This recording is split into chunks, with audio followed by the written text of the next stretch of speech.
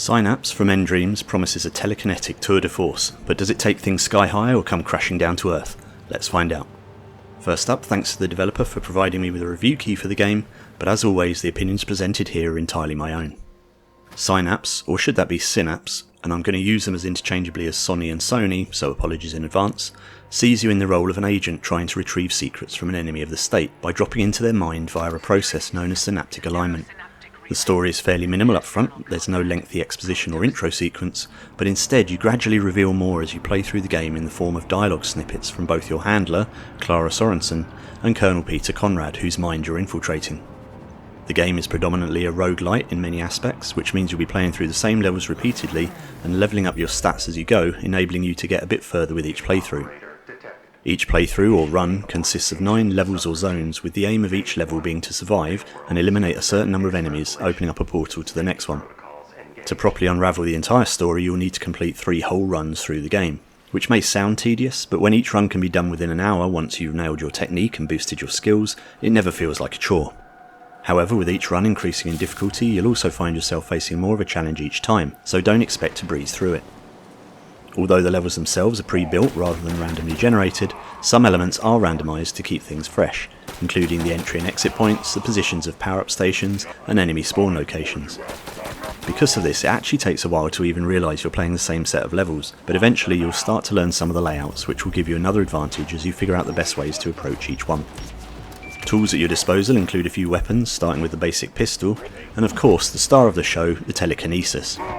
Similar to the force power from Star Wars, this allows you to grab distant crates, explosive barrels and even enemies, and do with them as you please. Whether that's tossing them to one side or over a cliff, slamming them into scenery or each other, or juggling them in mid-air whilst laughing maniacally.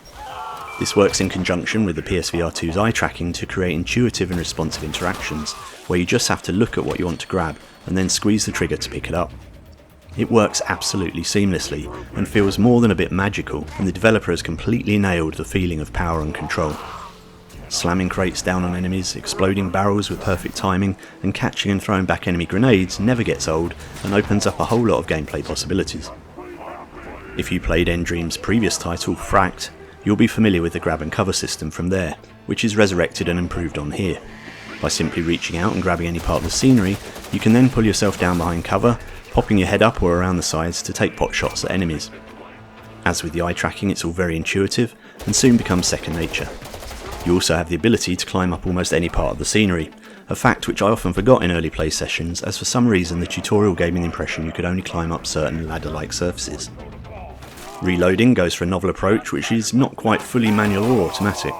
Instead, once you've used up a round, a new clip hovers near the chamber and needs to be slammed in either by using your other hand or by pushing it against a bit of scenery, or, for ultimate cool points, by hitting it against the head of an enemy pulled towards you with telekinesis.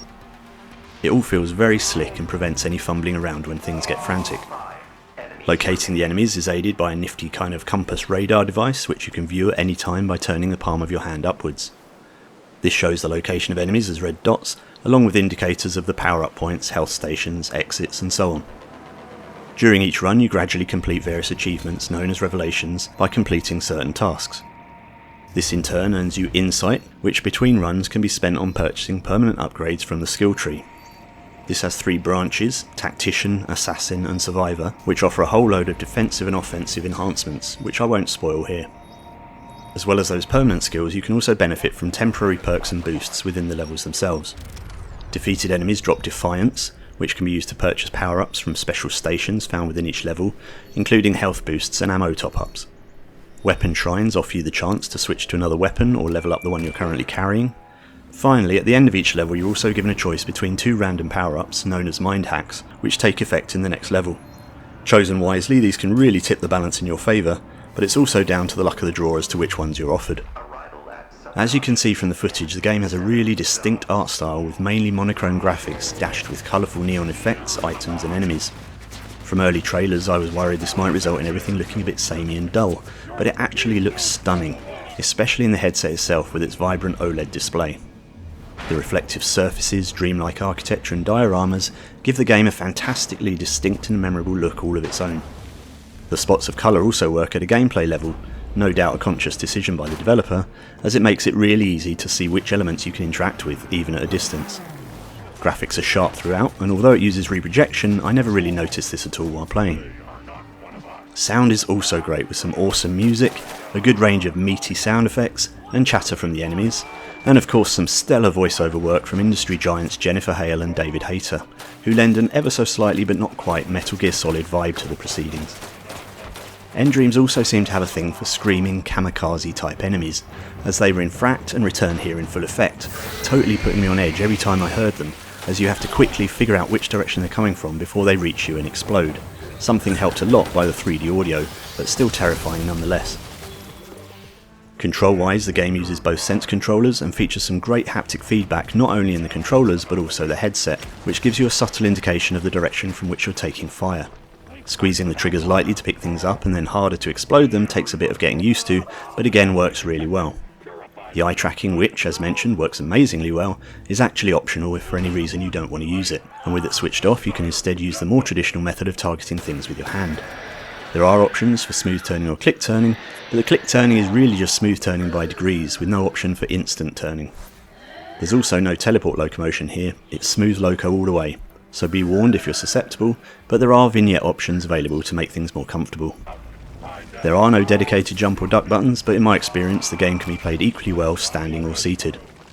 So, all positive so far, but there are a few negatives. There are limited enemy types and weapons, essentially 4 of each, and although you meet stronger enemies along the way, including a halfway tough guy, there's no real end boss to defeat, which feels a little bit anticlimactic. It's good to see variety in the environments, but the later levels quite literally lose some of the sheen of the earlier settings, as the shiny mirrored surfaces get replaced by more standard looking architecture. Anyone looking for a story-driven campaign may be disappointed by the rogue-lite approach, and although the story is okay, it takes second place to the gameplay itself. Although it does present a challenge, especially on subsequent runs, it possibly gives you too much power too soon. It may have been a better idea to have given you less telekinetic ability at the beginning, perhaps with more limited range or usage duration, which could then have increased during your playthrough. Due to the nature of the game, it's hard to say how long it is, as the amount of hours you get from it will vary depending on your ability and approach to how you play it, though I'd suggest you're looking at approximately 6 to 12 hours to get good, level up your skills, and make it through 3 full runs and expose all the story elements.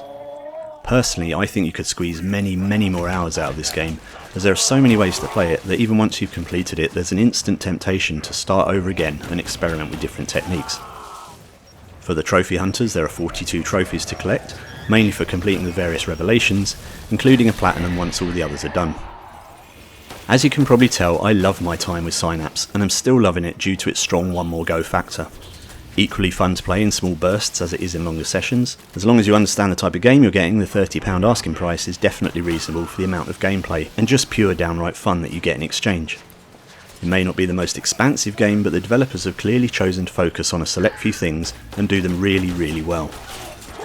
The game is so polished in every aspect, makes such good use of the PSVR2 and feels so amazing to play, that it's an absolute must buy in my opinion, and easily takes its place as one of my favourite PSVR2 games so far. Critical damage to operate.